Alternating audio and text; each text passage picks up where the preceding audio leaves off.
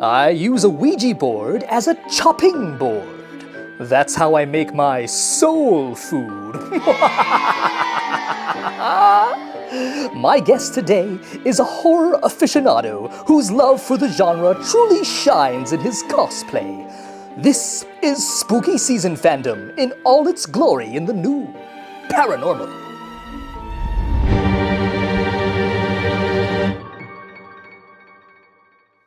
If you write an entire book using a Ouija board, you get all the credit, since it was technically written by a ghost writer. Please welcome my guest for today, Ouija Boy. Oh, I love that outfit of yours. That reminds me of my favorite joke. Why shouldn't you get caught behind Satan in line at the post office? The devil has many forms. Let's begin this fright fest with a lightning round. Favorite movie? The Wizard of Oz. Favorite Halloween costume? My favorite Halloween costume that I've done is probably the Donkey Pinocchio mashup. Where did you go on your last vacation? Orlando, Florida for Horror Nights and Not So Scary Halloween Party. One language you'd like to master? Japanese. What were you afraid of as a child? I was most afraid of clowns. Ah, I was recently attacked by a group of clowns. The only way I could defend myself was to go for the juggler. Why horror? What is it about that genre you're attracted to? Like it all started like the first time I ever went to Halloween Horror Nights, and I was like kind of immersed into the movies. That is when I started to love horror because it's just fun, scary. It feels good to be scared and to kind of let go and scream a little bit. Excellent, excellent, excellent. Now, Ouija Boy, I want to talk about your 3 best horror cosplays. Let's start with Vampira. What's the story behind that? She's just always someone that I admired, and I feel like she kind of gets slept on. Not a lot of people really know like Vampira. They know Elvira, they know Morticia, but Vampira was really the one who like started it all. I go to her gravesite like once a year. Oh. And I always just felt super connected with her, and I've always liked her. And it's just something that I've always wanted to do, so I was happy to finally do it. How cute, a little fan club. We were the glamour ghouls, yeah. What's the story behind the Barbie Ghostface cosplay? The story behind Barbie Ghostface is actually just because I wanted an excuse to dress up as Barbie, and I was going to this horror Halloween convention. I was like, how can I spice it up a little bit? You know, Barbie just surpassed the Super Mario Bros. Movie in box office receipts. Speaking of which, how does Mario contact the spirit realm? With a Luigi board.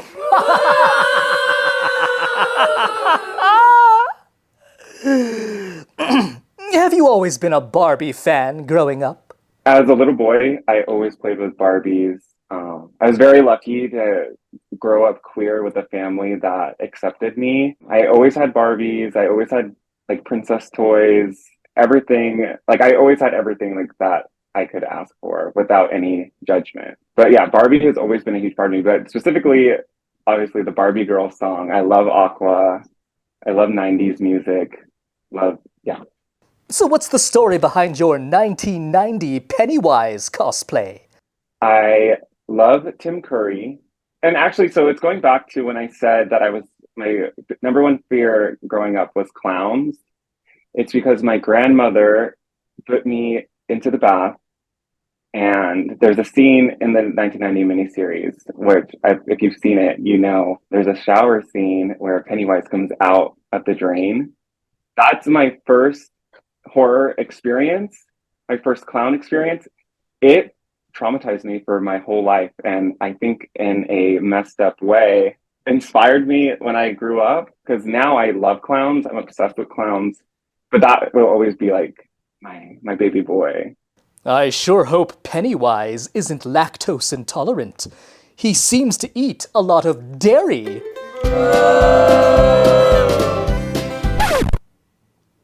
Please, continue.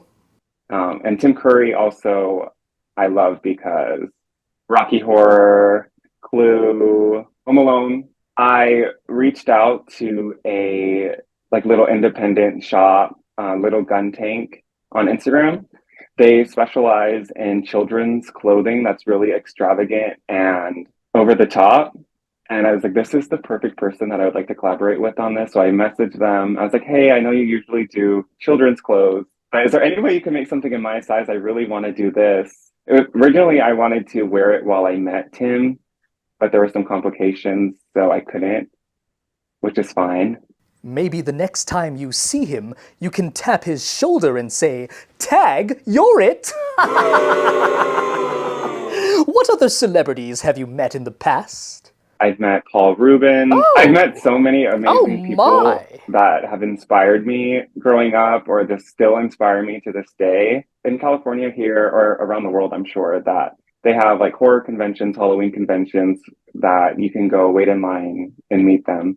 And I will wait in line all day to meet that person. For Paul Rubens, I waited like 7 hours and it was worth it. Wait, was that Bill Skarsgård, the other Pennywise? I was at the premiere for It Chapter 2, which just somehow I schemed my way in.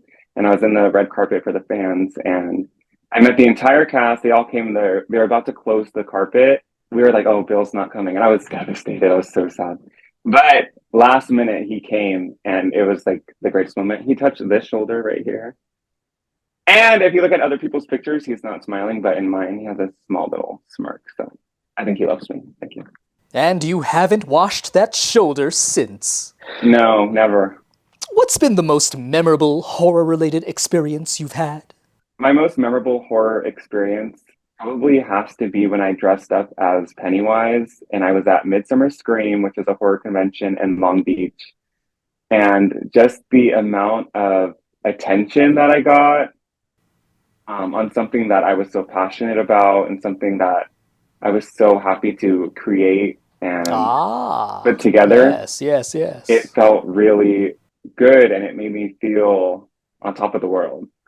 So that inspired me to now every event I want to dress up, I want to be in a costume, even though like I was like that before, but sometimes getting that little validation from strangers is nice, and from also your peers.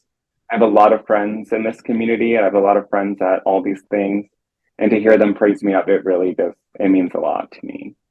Absolutely precious. Ouija Boy, thank you for shooting the sheet with me today. My friends, I must ghost you for now. Until next time, goodbye.